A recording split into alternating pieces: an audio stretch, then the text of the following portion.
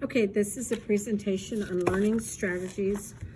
I am doing it specifically for fourth grade students, as that's what I have, although it does have information that is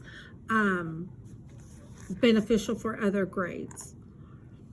Within the self-awareness and self-advocacy and self-determination of learning strategies, what is very important for people to understand is that students need to understand that it is very important for them to be able to have this awareness within them about what they need to be able to do and what they don't understand. They need to have this conscious ability to know that so that they can be successful, whether it's as an early learner or an adult.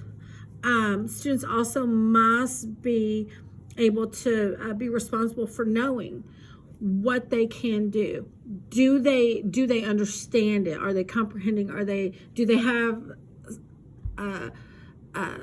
concept down? Do they need more assistance from whether it's a teacher or a peer to help them really to recognize what is needed? They also need to be able to advocate for themselves. It's one of the things that I really impress upon the fourth graders in my classroom. You need to be able to tell me, speak for yourself, advocate for yourself. Where is it? What is it? What element is it that you're not understanding? So that way you can say, I don't understand this. I need help with this. And I tell my students, as great educators as we are, we cannot always look at them and know, oh, this person needs help. Sometimes students are really good at faking it. You know, we always say, fake it till you make it. That's what we tell kids if they're in choir and they don't want to sing. Fake it till you make it. Be up there, just smile. Eventually you'll pass. You'll be okay. You'll look successful. You'll look like you're enjoying yourself.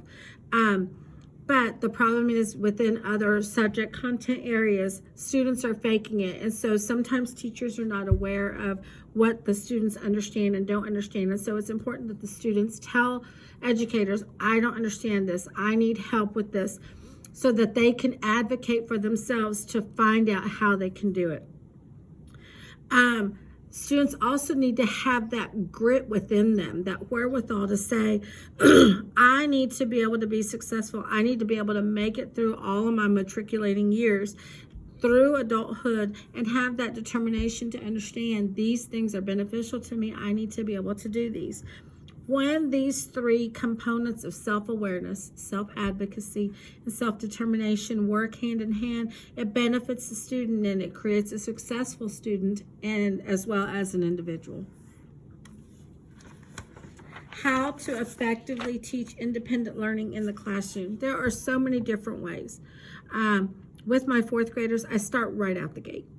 The first day of school, they know they're going to get study skills, and it may be simple tasks here and there, but for the most part, it is a study skill that they are learning. I keep it pretty simple. Information has to be clear. It cannot have a lot of fluffy words. One of my colleagues calls it flowery language. We don't need flowery language. We don't need to impress students with the big words. They need simple words. If you use big words, it's a deer in headlights from the students. So focusing on clear, concise information. I like to give at the beginning of the year examples and templates for students. This is what worked for me. This is what works for me. This doesn't, it may work for you. Let me give you an example of how to take notes. For some of our students, they've never had to deal with a learning strategy before. So they don't know. They're going to wing it, and if you tell them write notes, they're just going to write notes. They're not going to understand that there's a connection. So it's important that you provide them examples and templates so they can play with what they use and figure out what works for them, as well as what keeps the information you want them to learn there for them. Teachers also must be willing to be open and do the work. Do the hard work. It's not a one and done with these kids. You got to teach it, you got to model, and you got to repeat. It's kind of like the rinse and repeat, rinse and repeat. This is what learning strategies is. It's just like any other task that you teach, any other subject content area. Addition, subtraction, multiplication, division, reading, writing, spelling, everything is a teach, model, repeat. Learning strategies is no different. Students are not going to understand it because there's not a textbook on how to do this. So teachers really need to be patient with this. They need to help the students understand that these are important elements and that they need to be able to understand that the current strategies are in place, that there are expectations for them, and we need to show them how to use this. How do they come into play on a daily basis? Some students, you can, again, coming back up here to the teach, model, and repeat. Some students, they need to see that time and time again. They need you to show them how to do it because they don't get it. It's foreign to them. You have to also be able to let them practice. You have to guide them. You have to lead them down the path. You're the flashlight. You're leading the path down where you want them to go to be successful. So you have to guide them through the learning strategies process and then allow them to go on their own. They're going to have a couple hiccups. That's okay. That's what learning is all about. And the students need to be able to model and utilize it in different techniques, whether it's an assessment process or just in modeling within the classroom. Word identification and reading fluency strategies, there are so many. It was very interesting to see how these come into play within certain concepts. I will say this was a very interesting chapter to do this on because I love doing learning strategies with my students. But until I got to this unit, there are so many different ones, and that's what it was really exciting to me. But I digress. So within the word identification and reading fluency, there are different ways to do this. One of the things I like to do with my students is I need them to identify words. And they can do that by either circling their word, highlighting, or underlining. It's whatever works for them. A lot of my students, the majority of my class are girls.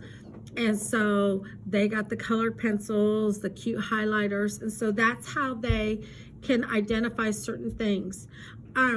So within their style, figure out what are you highlighting. Are you highlighting the prefix? Are you underlining? Or are you circling? Then you're doing a different thing for the suffix. Then you're doing something else for the root word.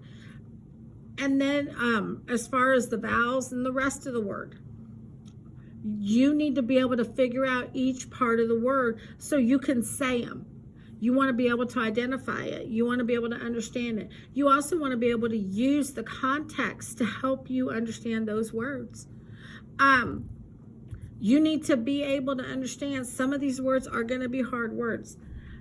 We just have to kind of help students understand that there are different processes to be able to find information. Again, depending on what the context is, students need to read it quickly and they need to be able to read a large amount of information. So they need to adjust their reading rate, which means they need to increase it. All of this is to say, although we want students to read, it's also kind of like, let's read this quickly as far as it's more like a skim. Look for the words, look for the context for these words, see what you can figure out, get the basic information for this. That's a strategy. There is another strategy called WARF, W-A-R-F, and it is to help achieve information, achieve your fluency and your identification. So the WARF is an acronym. The W is to widen your eye span, look beyond just the current words and look beyond the simple basic words. Look only for the relevant words. Avoid skipbacks. Do not go back and look over the text. You're reading, you're moving forward. Going back through it is not going to help you. R is for read silently. A lot of people, I do this myself. I tend to read quietly to myself. When I am totally alone, I read out loud. I always thought that that was going to help me. Research is showing it doesn't help, it actually makes it worse. So read silently. Do not even read at a whisper level. That's going to be difficult for some people, because some people, like myself, like I said, I need to hear my words. F. F stands for flex. Flex your reading rate. Increase it.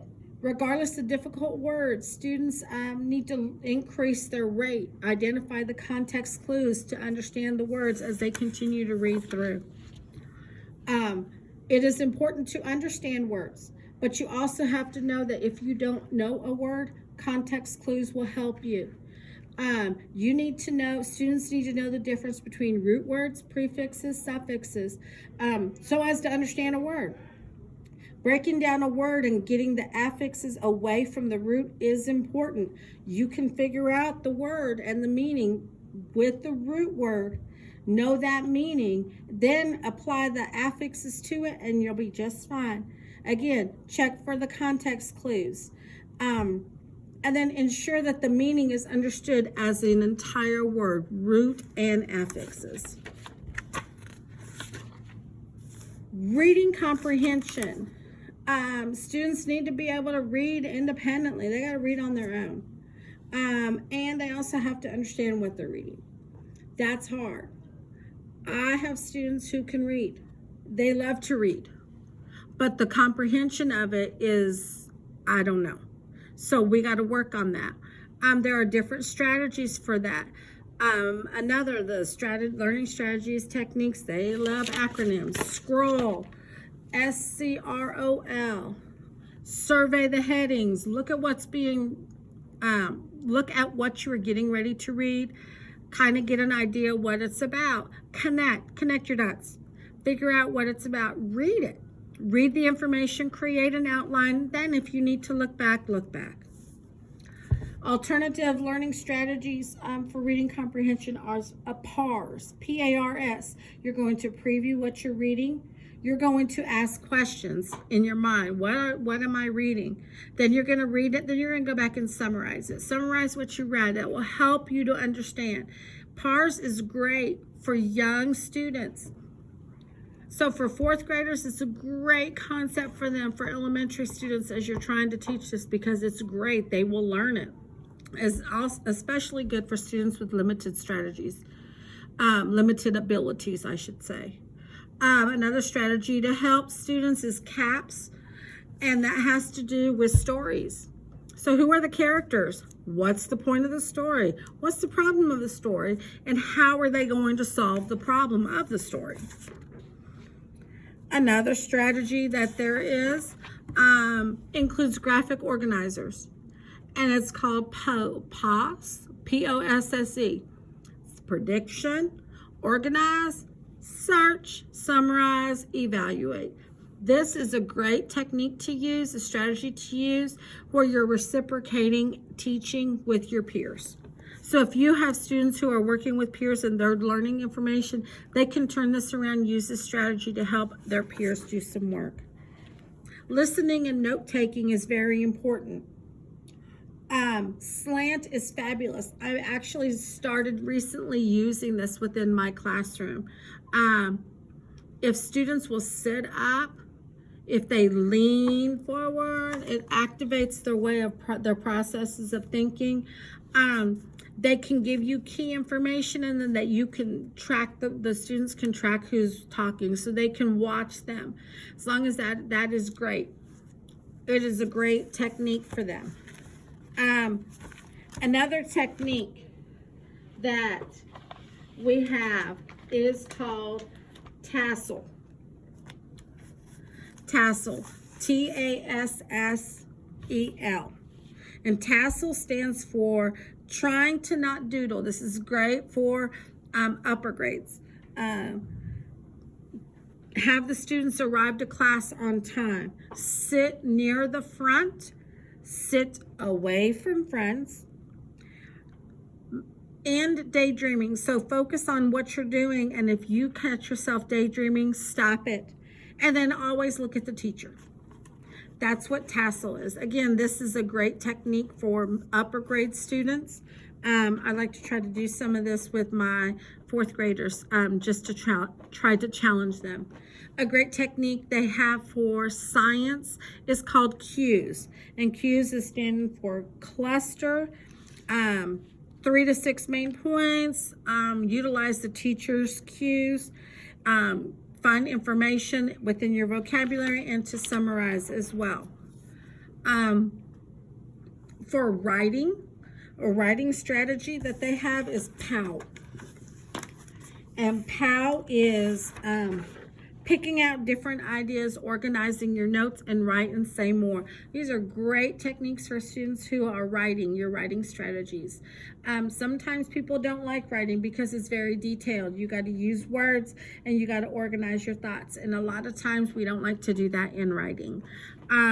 Tree is really interesting because it's a topic. You're going to pick your topic. You're going to pick at least 3 reasons. And for each reason, you're going to come up with your explanations of those reasons. And then, of course, at the end, you're going to come up with an ending, which is your conclusion. Your math learning strategies involve technology. Your older students can use STAR, the STAR acronym, which is search the word problems, translate the problems, answer them, and review. There are various techniques for math problem learning strategies. There are both written and electronic. So technology really helps advance strategies. This strategy helps students move from one step to another. So it really guides you in how to do things. LAMPS is a learning strategy that helps with addition. And SLOBS, SLOBS, is a learning strategy that has to do with subtraction. Time management and resources.